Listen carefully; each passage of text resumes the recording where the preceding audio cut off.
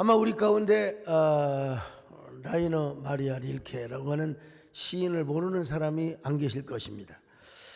천재적인 시인이죠. 그리고 위대한 시인이고 또 아주 세계적인 시인입니다. 원래부터 유명한 시인은 아니었습니다. 무명의 시인이었습니다. 아무도 알아주지 않는 시인이었습니다. 근데 한 여자를 만나면서, 한 여자를 사랑하면서 인약 세계 스타의 위대한 시인이 된 것입니다.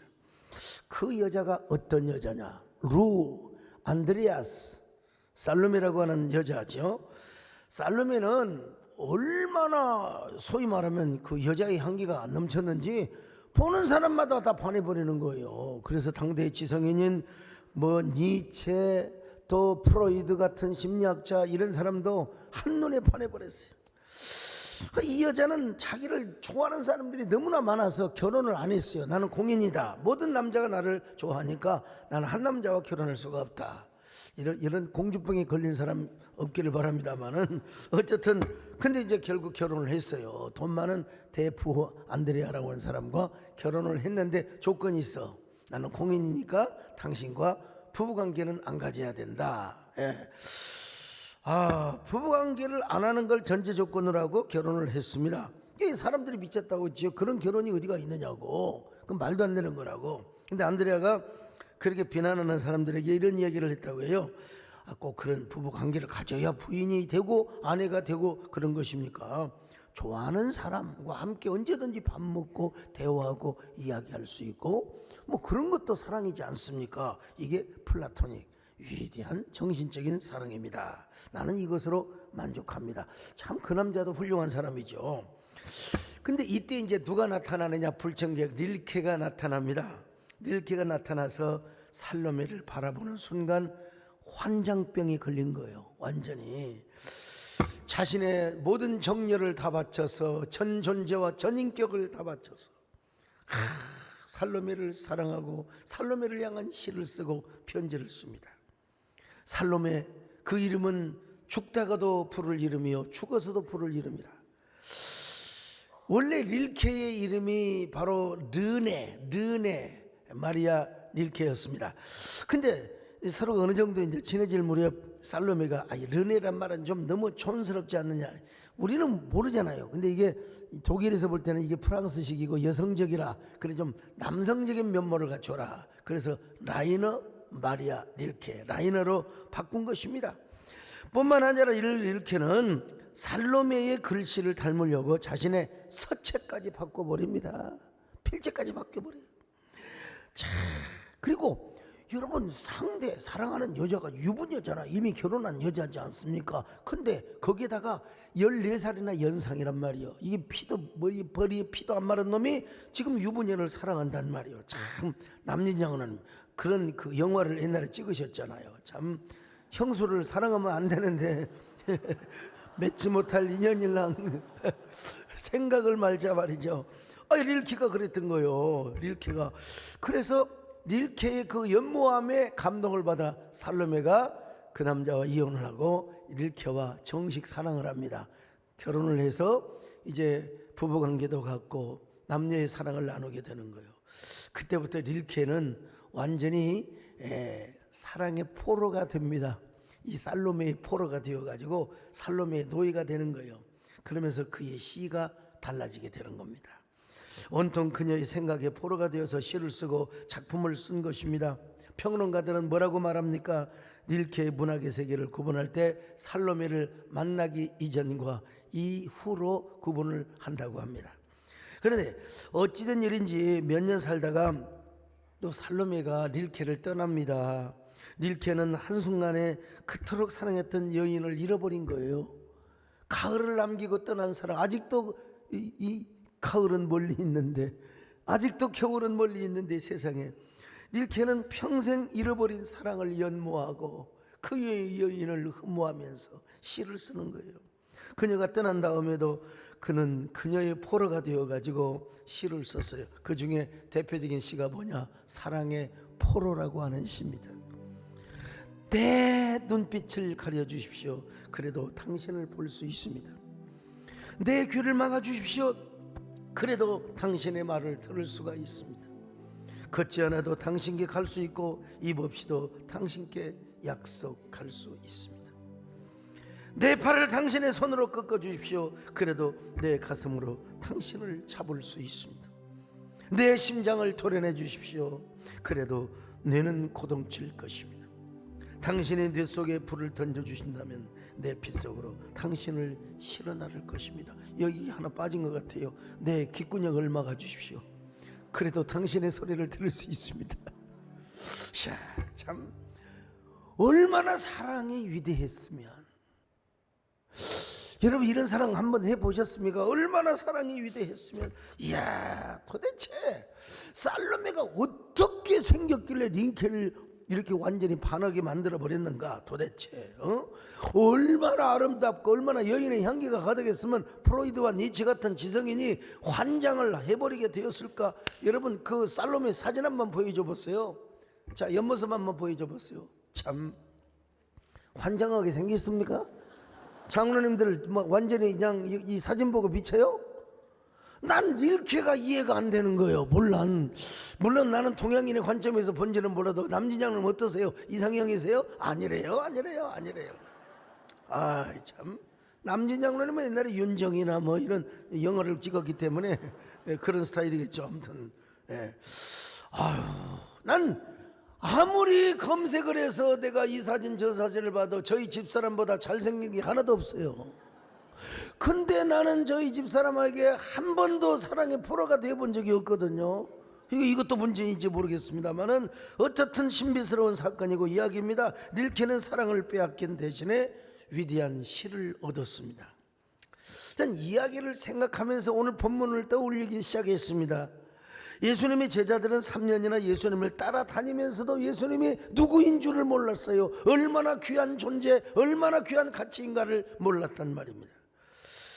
물론 그런 가치를 아는 여자들이 몇 명 있었습니다. 막달라 마리아와 다란 마리아와 그리고 또 세베대의 아들들의 어머니의 이런 여자들은요, 예수님을 얼마나 사랑했더니 갈릴리에서 예수님이 저 예루살렘을 가면 예루살렘까지 따라갔어요. 부산에서 예수님이 계셨다면 서울로 공연 오는데 부산에서 서울까지 와. 요즘이야 뭐 KTX 2시간만 타면 오지만은 옛날에는 여러분 얼마를 걸어가지고 왔겠습니까? 그냥 예수님이 광팬이고 찐팬이고 왕팬이었다고 할 수 있지요. 아니 그분들은 예수님이 십자가에 죽으실 때도 그리고 십자가에 죽으신 후에 장사 지낼 때도 끝까지 함께 했어요. 끝까지. 제자들은 다 남몰라라 도망가 버렸는데 말이죠.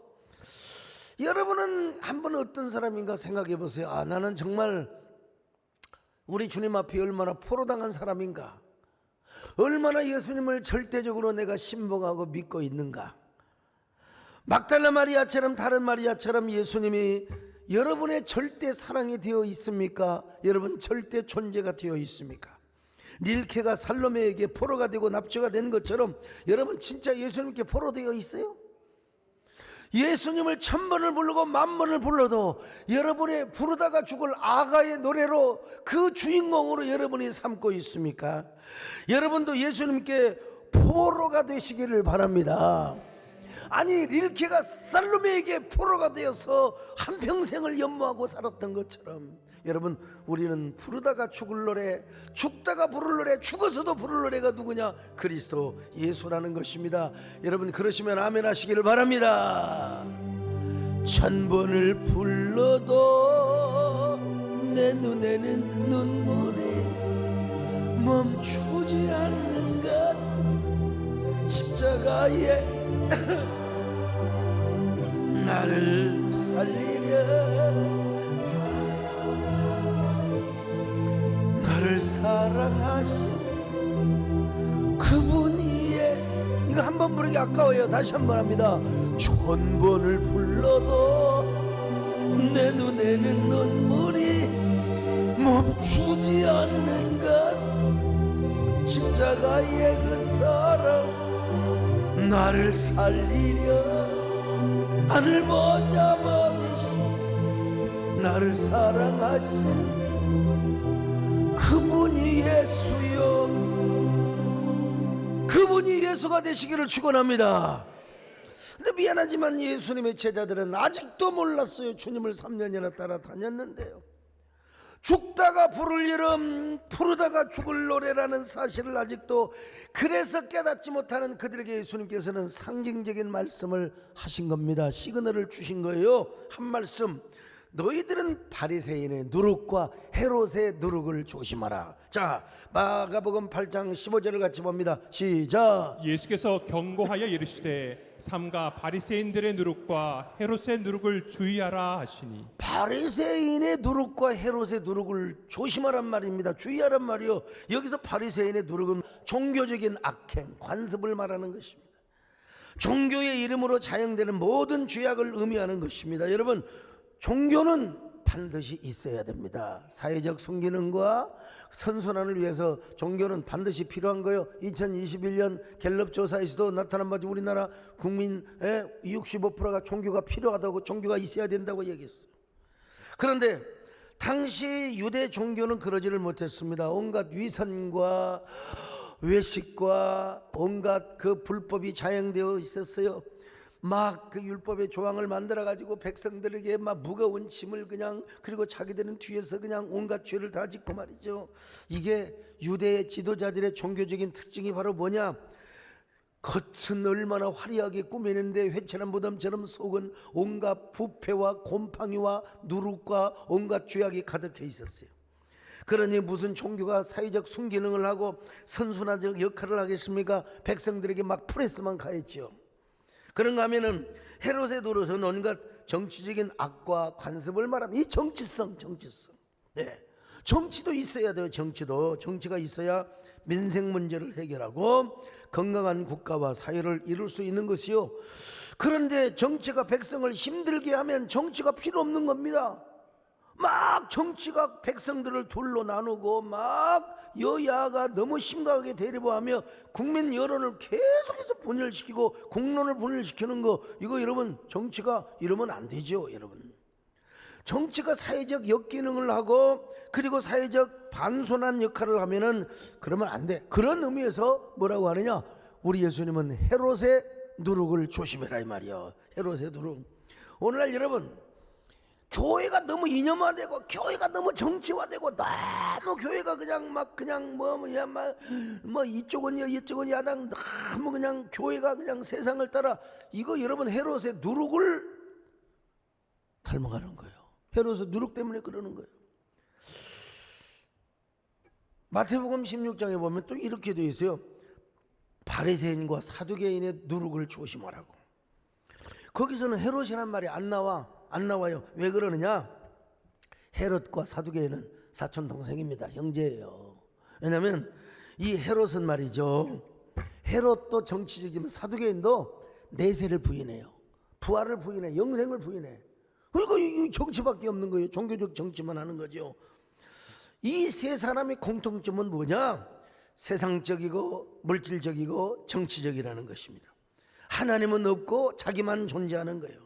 자기 자신을 중심으로 한 삶을 사는, 거짓말을 밥 먹듯 하면서 언제나 그러면서도 종교적인 척, 거룩한 척 하는 사람들이란 말이죠.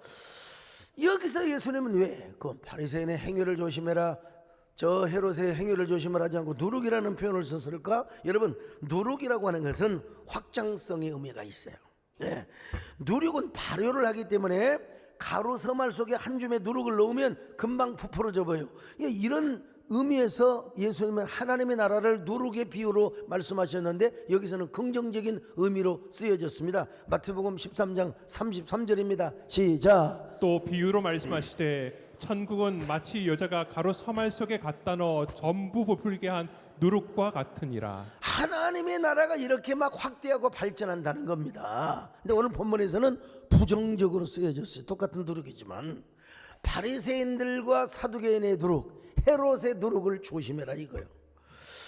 여러분, 하나님 나라에 못지않게 이들의 누룩도 전념성이 강하다는 것입니다. 여러분, 바리새인의 누룩도, 저 헤롯의 누룩도, 사두개인의 누룩도 이렇게 전념성, 확장성이 굉장히 강하다는 것입니다.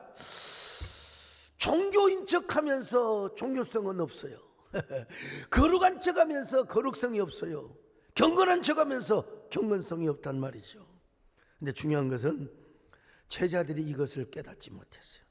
그들은 오병이어와 칠병이어 사건 이후에도 남은 떡을 깜빡 잊어먹고 안 갖고 와서 등신 같은 사람들이 아이고 이 등신들 왜 우리가 그것을 안 가져왔을까. 세상에 우리 예수님이 이제 저녁 식사 때 되면 음식 찾으면 아이고 우리 야단 맞겠네. 자 8장 14절 같이 봅니다. 시작. 제자들이 떡 가져오기를 잊었음에 배에 떡 한 개밖에 그들에게 없더라. 떡이 한 개밖에 없어. 이거 그러면 우리 예수님 앞에 이거 반드시 우리가 책망받을 거 아니요. 수근거리고 있었어요. 16절입니다. 시작. 제자들이 서로 수군거리기를 이는 우리에게 떡이 없음이로다 하거늘. 여러분 예수님께서 눈치를 딱 낌새를 알아차리고 뭐라고 말씀하십니까? 야 너희가 어찌 떡이 없음으로 수근거리느냐.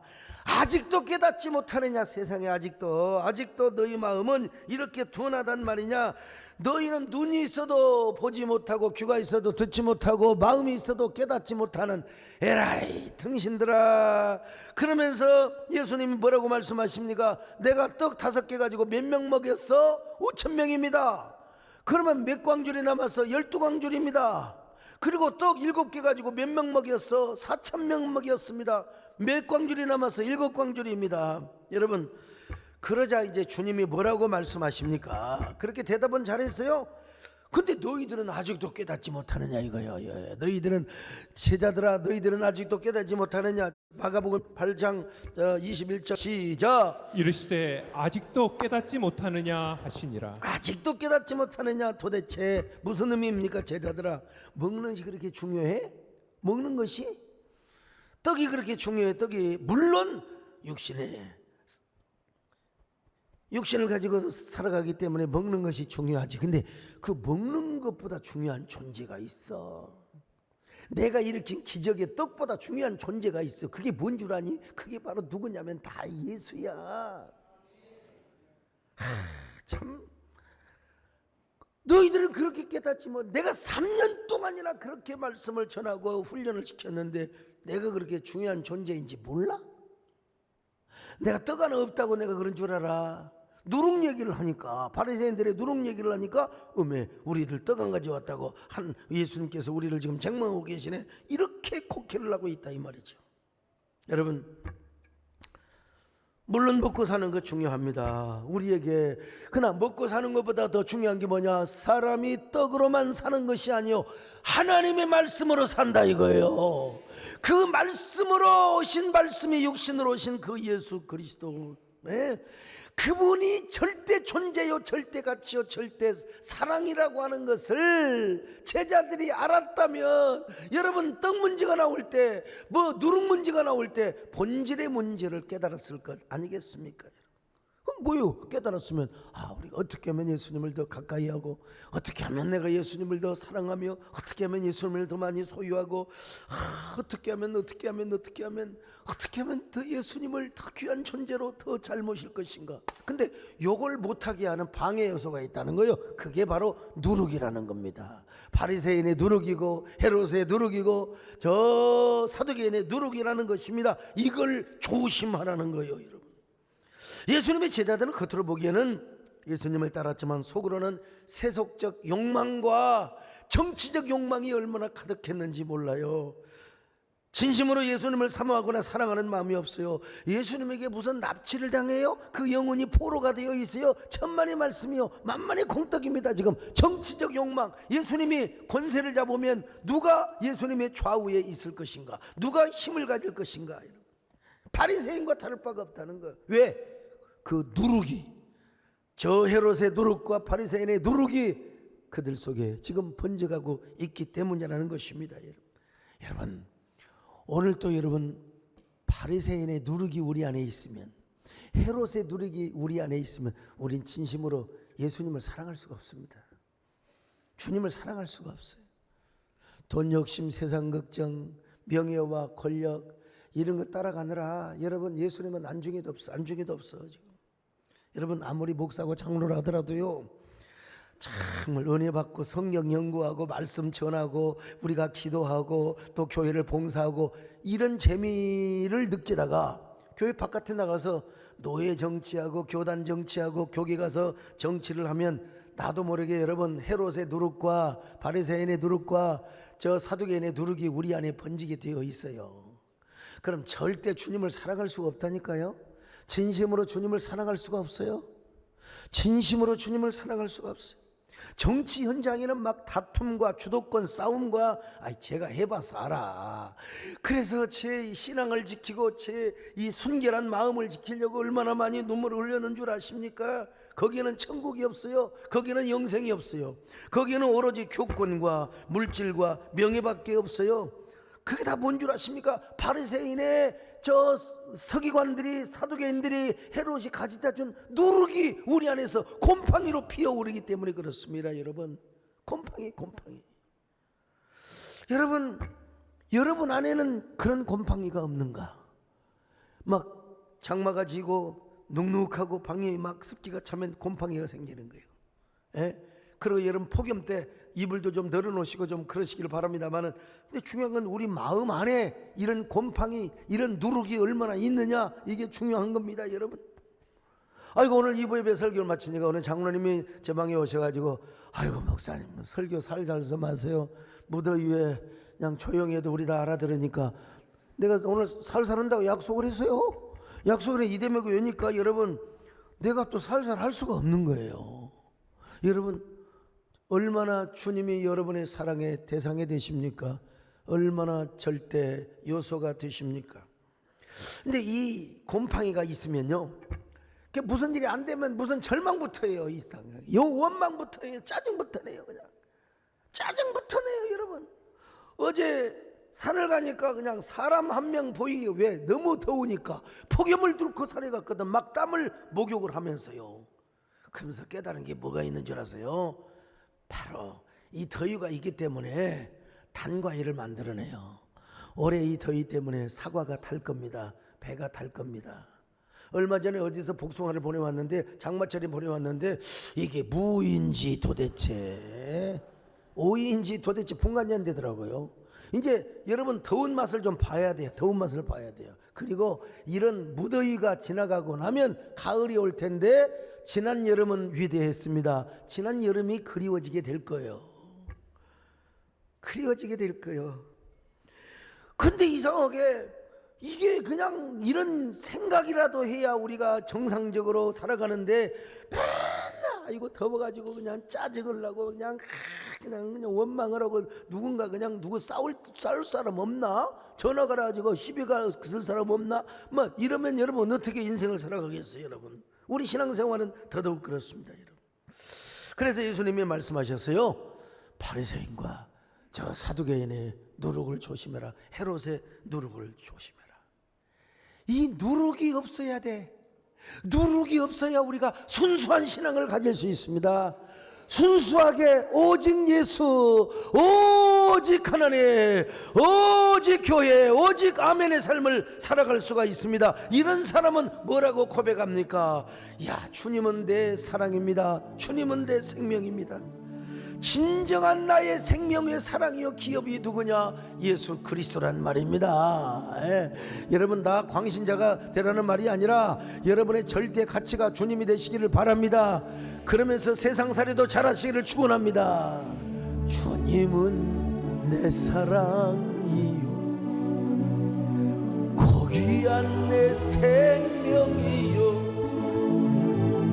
내 가는 인생길에서 주님은 내 소망이요 주님은 내 행복이요 나에겐 참사랑이요 그 무엇과 바꿀 수 없는 주님은 소중한 주님 나 주님 영원히 사랑하리 온 세상 모두가 변한다 해도 주님만 사랑하리라 아무리 험난한 일도 주님과 우리 주님과 영원히 함께 하리라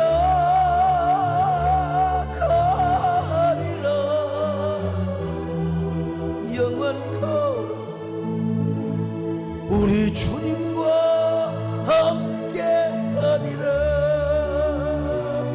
우리 주님과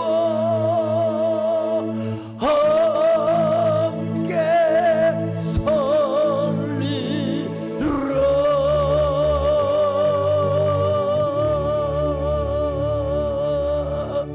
여러분, 바리새인들이 예수님을 만나서 뭘 요구한 줄 알아서 맨날 표적을 뭐려고 시험하려고. 우리는 표적이 무엇 때문에? 우리 욕망이 아니라 필요에 의해서. 여러분, 기적이 필요합니다. 오늘 이 시간도 주님이 여러분에게 필요한 대로 표적을 주시기를 바랍니다. 기적을 주시기를 바랍니다. 특별히 이번 전교인 여름 수련회 때 막 기적이 넘쳐나시기를 바랍니다. 문제가 해결되시기를 바랍니다. 기도가 응답되시기를 바랍니다. 근데 표적보다 중요한 게 뭐냐면 주님이세요. 표적이 왜 필요해요? 아니, 우리에게 필요한 것이 있기 때문에 표적을 하나님이 주시지만, 기적을, 사인을 주시지만, 여러분, 사인을 주시는 그 이유 중에 하나가 주님과 우리와의 가깝게 하도록 하기 위해서 여러분 그래요. 우리에게 필요한 것을 주시기도 하지만 이걸 통해서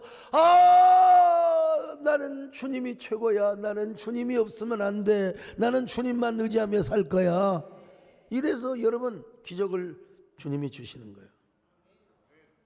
우리 주님은 이 제자들에게 아이고 이 밥통들아 아직도 깨닫지 못하고 있어.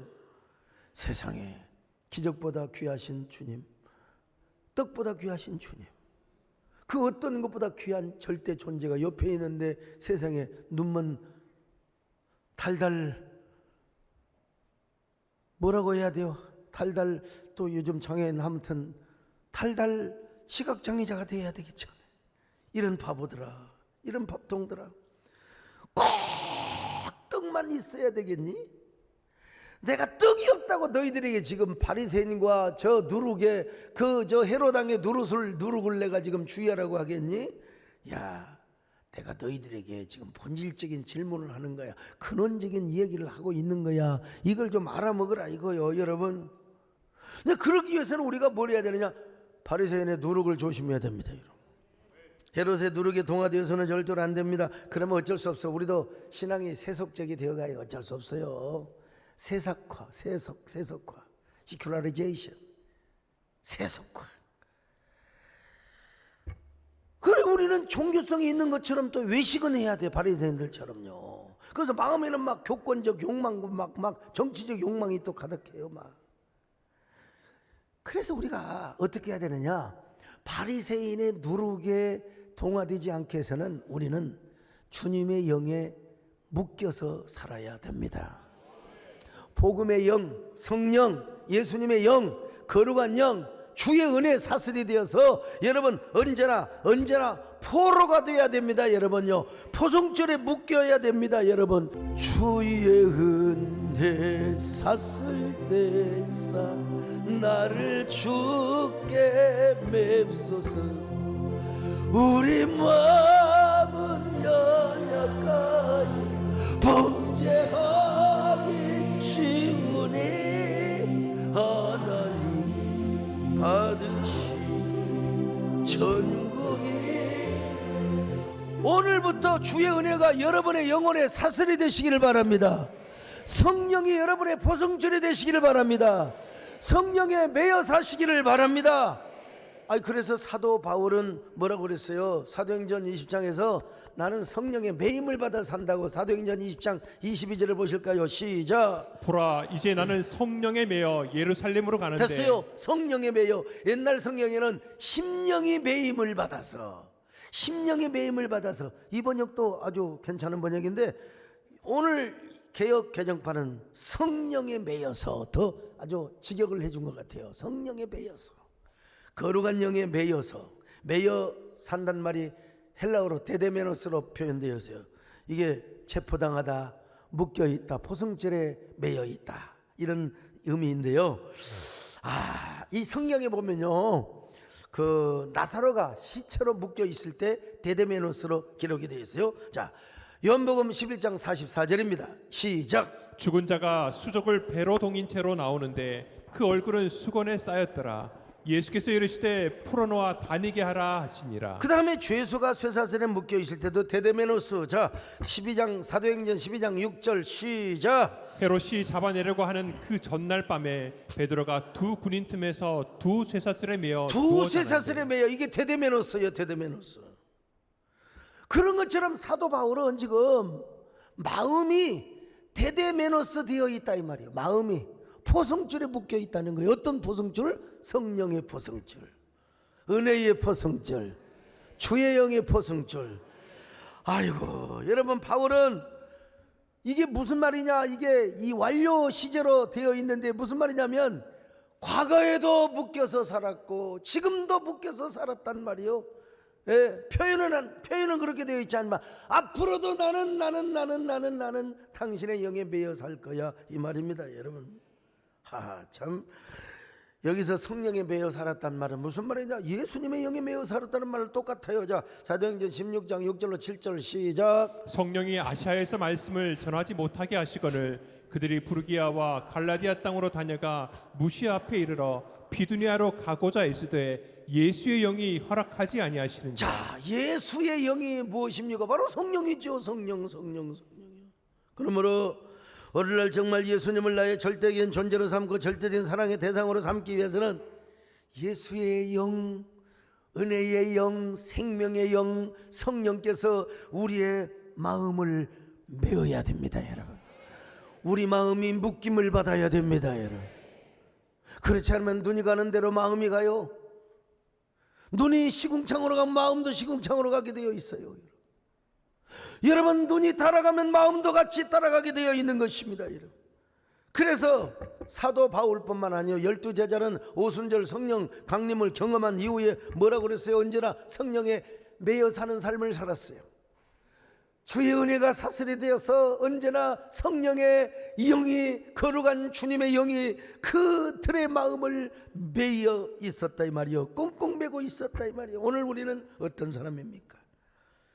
무엇에 매여 살아갑니까? 무엇에 묶여서 살아가고 있습니까? 우리는 성령에 매여 살아가지 않으면 그 무언가에 묶여서 살 대체 원리의 줄에 의해서 매음을 받아 살게 되어 있습니다, 여러분. 다른 악한 것들에 매여 살 수 있습니다. 그것이 현대적인 용어로 뭐냐? 중독이요. 중독. 오늘날 현대인들 얼마나 많은 것에 중독이 되어 갑니까? 도박 중독이요, 뭐 알코올, 게임 중독, 성 중독, 쇼핑, 인터넷 중독, 할 것 없이요. 중독이 아니라도 그만 미쳐 살아가요. 먹는 거, 마시는 거, 이러면 먹는 거 얘기가 나오니까 참 미식가들 있잖아요. 막 세상에 그거 하나 먹으려고 막 2시간 3시간 우리 김철수 장로님네도 아이고 그 뭐 쭈꾸미를 지금도 번호표를 타. 쭈꾸미 먹으려고 줄을 서가지고 번호표 타요. 거기 가는 사람만 빼놓고 아니 그거 먹으려고 세상에 막 저 원정까지 저 해외 원정까지 가서 먹으러 가고 말이야. 그냥 이게 미식가들 이거 음식에 중독돼 있는 사람. 저도요 음식 중독에 그 걸릴 가능성이 많은 사람입니다. 저는 이렇게 막 식욕이 많아가지고 식욕이 탐욕이 많아서 모든 게 뭐 안 맛있는 게 하나도 없어요. 그냥 된장, 고추장, 쌈장 뭐 된장하고 고추장하고 싸웠는데 누가 이겼느냐? 쌈장이 이겼대. 아무튼 말리더래. 아유 왜 이렇게 뭐 맛이 없는 게 하나도 없어요. 그러니까 제가 먹고 싶은 만큼 먹으면 저는 아마 지금 100kg가 넘어가지고 여러분 절제합니다. 절제해요. 제 체중을 위해서 얼마나 절제한지 알 수가 없어요. 근데 막 뭐 음식 중독에서부터 뭐 명품 그냥 완전히 똥에다가 뭐 또 그냥 뭐 채널에다가 아이고 하면서 예? 아이 누군가가 정말 제가 존경하는 분이 루이비통 그 뭐 목도리를 해왔는데 우리 집사람이 그걸 다 가져가 버렸어요. 목사가 그거 메고 다니면 너무 사치스럽다고. 그럼 당신이 메면 사치스럽지 않나? 그러니까 뭐 지나치게 허풍 들고 과시하고 이것도 다 중독입니다. 여러분 다 중독이에요. 중독. 그래서 이게 뭐냐면 세상에 중독되는, 세상에 푹 빠져 살아가는 거예요. 우리 예수님 뭐라고 말씀하신 줄 아세요? 사도 요한을 통해서 누구든지 세상이나 세상에 있는 것들을 지나치게 사랑하면 아버지의 사랑이 그 속에 없대요. 자, 요한일서 2장 15절 시작. 이 세상이나 세상에 있는 것들을 사랑하지 말라. 누구든지 세상을 사랑하면 아버지의 사랑이 그 안에 있지 아니하니. 근데 이건 다 뭐냐? 육신의 정욕과 안목의 정욕과 이생의 자랑에서 나온 것이래요. 아버지께로서 나온 것이 아니라는 것입니다. 특별히 여러분, 이 세상은 다 지나간대. 지나가. 우리의 정욕도 다 지나간대요. 다 지나가. 그런데 누구만 영원하느냐? 아버지의 뜻대로, 하나님의 뜻대로 사는 자만 영원하다고 말씀하고 있습니다. 자, 2장 16절로 17절 시작. 이는 세상에 있는 모든 것이 육신의 정욕과 안목의 정욕과 이생의 자랑이니 다 아버지께로부터 온 것이 아니요 세상으로부터 온 것이라. 이 세상도 그 정욕도 지나가되 오직 하나님의 뜻을 행하는 자는 영원히 거하느니라. 여러분, 하나님의 뜻대로 사는 자만 영원히 거한대요. 다 지나가요. 일시적이요, 찰나적이요. 여러분, 잠깐입니다. 화무 11홍이요. 꽃이 아무리 아름다워도 열흘 못 가는 거예요. 곤불 10년이라 아무리 권력 있어도 10년을 못 가는 거예요. 다 잠깐입니다. 지나가는입니다. 여러분, 세상의 명품도 참, 어떤 분은 난 이제 몰라요. 그분이 말을 해서 그러지 신방을 갔는데 티셔츠를 입어갖고 너무 헌놈을 입어서 돈이 없나 그래가지고 제가 좀 하나 사드릴까 싶었는데 그게 100만 원짜리래요. 난 도대체 왜 비싼지 난 이해가 안 돼. 난 완전 헌 옷으로 보이더라고. 근데 티셔츠 하나가, 와, 내가 눈이 좀 거듭나야 되나? 몰라. 바지도 뭐 꾸정해가지고 별거 없는데, 목사님 이 바지가 100만 원짜리입니다. 150만 원짜리입니다. 나는 그 줘도 입지도 못하지만 저는 나쁘다는 말이 아니라 여러분 좋은 거 누리고 하세요. 그러나 다 지나간다는 거예요. 그런 거 다 지나가요. 근데 영원히 지나가지 않는 것만 하나 있어요. 그게 뭐냐? 영원히 지나가지 않는 것이 하나 있는데 하나님의 뜻대로 사는 성도입니다. 영원하시기를 바랍니다. 영원히 존재하시기를 축원합니다. 옆 사람 보시고 어쩌면 그렇게 영원히 존재할 사람처럼 보이세요. 영원히 존재해야지. 그러려면 우리가 어떻게 해야 돼요? 매여 살아야 됩니다. 아멘. 매여 살아야 돼요. 여러분 대단해요. 지금 다 가자 동해바다로 가자 설악산으로. 여러분 정말 요즘 다 같이 가서 놀고 가서 휴양지 가면 좋잖아요. 근데 제가 보니까 산에 가도 산에도 덥더라고. 제일 시원한 곳이, 대한민국에서 제일 시원한 곳이 어딘 줄 아세요? 세덴교회입니다. 얼마나 얼음을 얼려갖고 그냥 얼음 바람을 계속, 거기다가 너는 그것도 부족해서 지금 선풍기를 틀어놓고 있어요. 그냥. 교회가 제일 시원합니다. 제일 시원해요. 여러분, 우리의 마음을 성령께서 매어 놓지 않으면 우리는 불쌍한 신앙생활을 할 수밖에 없어요. 이 목회자도 성령이 그 마음을 묶어놓지 않으면 처참하고 불쌍한 사역밖에 못해요. 초라해요. 여러분, 예수님의 영에 매어 사시기를 주의 이름으로 축원합니다. 저는 한국의 최대 위기인 코로나 시기에 총회장을 했습니다. 그리고 한국교회 총연합회 대표로 한국교회를 섬겼습니다. 그것도 여러분 50대 아마 전에도 그런 일은 없었고 후에도 그런 일은 거의 없을 겁니다. 여러분. 근데 제가 한순간도 가오를 잡지 못하도록, 여러분 모가지에 기부스를 못 차도록 저에게 철저하게 처절하게 엎드리게 만들었어요. 여러분 총회장 시절에 해외 한 번도 못 나갔어요. 맨날 앞장서서 한국교회 예배 해보건다고. 그래도 앞에서 일하면 뒤에서 그냥 잔소리하고 말이야, 그냥 손가락질하고. 하나님께서 그래도 제 마음을 막 막 그냥 막 나를 욕하면 같이 욕하고 싶고 그렇지만 성령에 매여 살게. 왜? 제 고향이 원래 고향이 어딘 줄 아세요? 제 원래 고향이 배장영자님 제 고향이 어딘 줄 아세요? 몰라요? 제 원래 고향은 삼척입니다. 잘난 척, 아는 척, 가진 척. 제가 원래 그랬거든요. 근데 하나님께서 야, 네 고향은 삼척이 아니다. 네 고향은 예수 그리스도 안에서 너가 겸손히 엎드려야 되는 것이 네 고향이고 너의 삶에 거처란다. 할렐루야. 그때를 생각하면 난 지금도 이런 고백이 안 나올 수가 없어요. 아, 그래, 맞아. 주님 없이는 살 수가 없지. 주님이 내 마음을 묶어 놓아야지. 내 마음이 매임을 받아야지. 성령이 보승줄로 내가 묶임을 당해야지. 그래야 우리가 살 수 있지. 할렐루야. 나는 주님 없이는 살 수가 없습니다. 주님이 도와주셔야 합니다. 주님 없이도 잘 사는 것은 오히려 나를 망하게 합니다. 나는 주님 없이 살 수가 없습니다. 주님이 도와주셔야 합니다.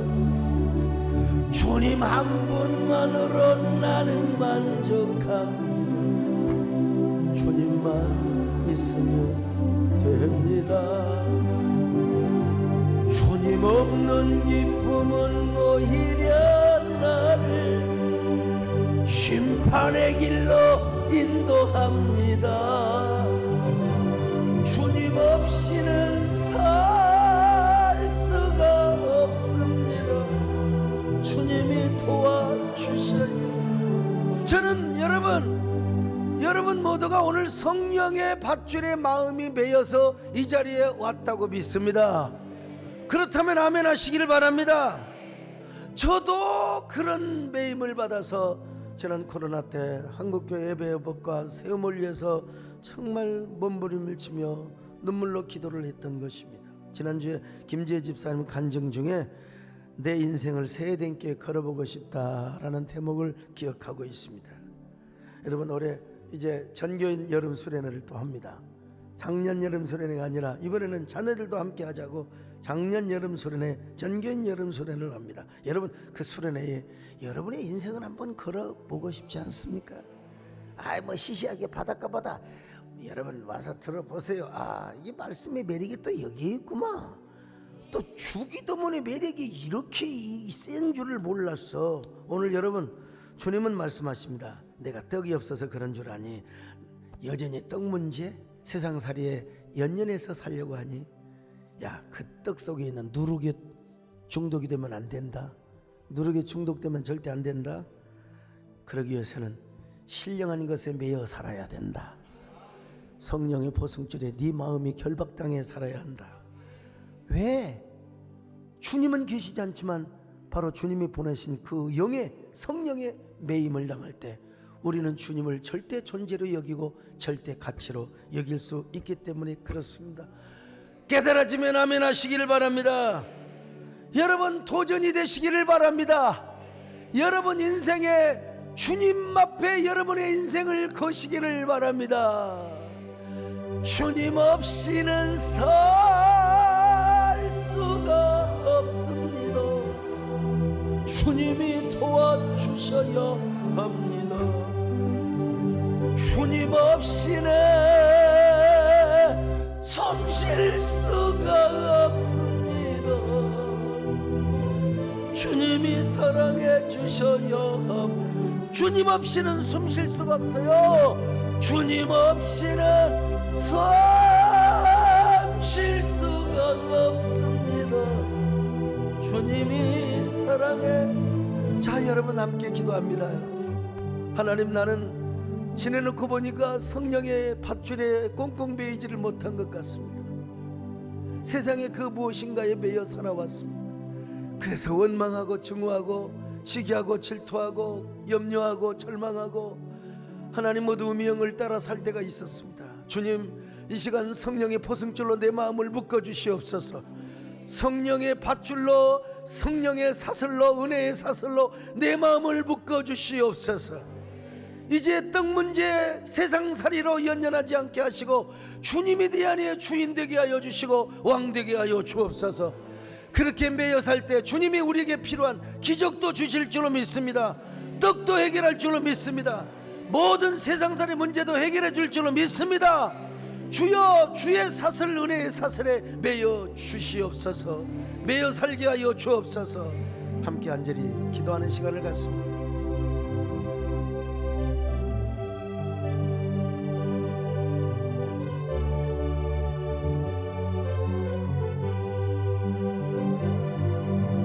주여,